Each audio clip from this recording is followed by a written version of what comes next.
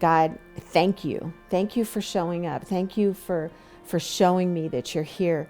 But I don't want to be here. I just want to go home. You know, I know that Jeff is scared with me being here, and I just want to go home. I don't want to be here. And in my spirit, as plain as you could ever imagine, he spoke to me and he said, I know, Mary, but I need you here because I need you to do what you do. And I'm like, I don't even know what that means. Yes, I'm talking out loud. If somebody had walked into that point, they would have probably thought that I was nuts. But I'm speaking out loud, and I said, God, I don't even know what that means. What is do what you do? And again, in my spirit, he said, yeah, don't worry about it. You just do what you do. This is where I need you to be.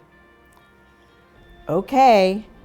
Well, a little while later, in walks the head nurse, and her name is Linda. And Linda was fantastic. She was kind of spicy and just very down to earth. And she spoke to me very plainly and just challenged me on the things that she needed me to do so I could get better and get out of there. And she introduced herself to me, and we talked, and she asked if I work, and I was able to tell her that I work in care ministry and what that meant. We just help take care of people, whatever it is that they need, if it's grief or divorce or whatever. And she's telling me about her life, and we have this great rapport, and so we're just laughing and getting to know one another. And she's got a brand new nurse with her who had just graduated. She was like in her 6th week on the job training, and her name was Sadie.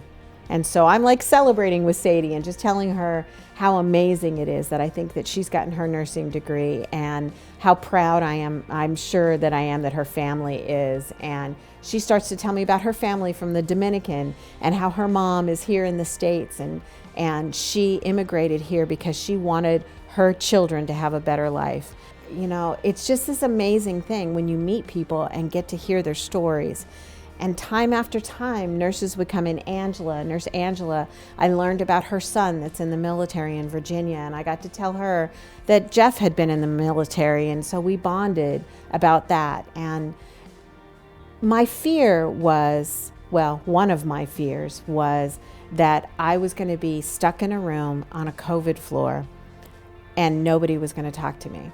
I couldn't have been more wrong. I mean, they were in my room probably every half an hour, and I started to realize that it wasn't even so much, to take my temperature or take my pulse. There was that too, but they were just checking on me, and they got to know that they could come in and they could talk, and they could tell me about their lives, and I could tell them about mine, and we could laugh, and I wasn't freaking out, and I wasn't demanding, and I wasn't upset. I was just doing what I do.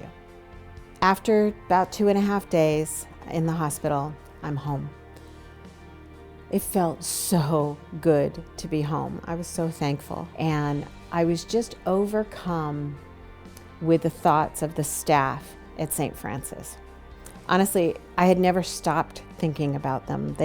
In that very short period of time, they started to feel like friends to me or family because they were so kind to me and they took such amazing care of me. The Lord just put it on my heart to do Christmas cards for them. And I haven't sent Christmas cards to people in years, but I really wanted to do that with them. I was hoping that the cards would remind them of some of the conversations that we had had while I was their patient.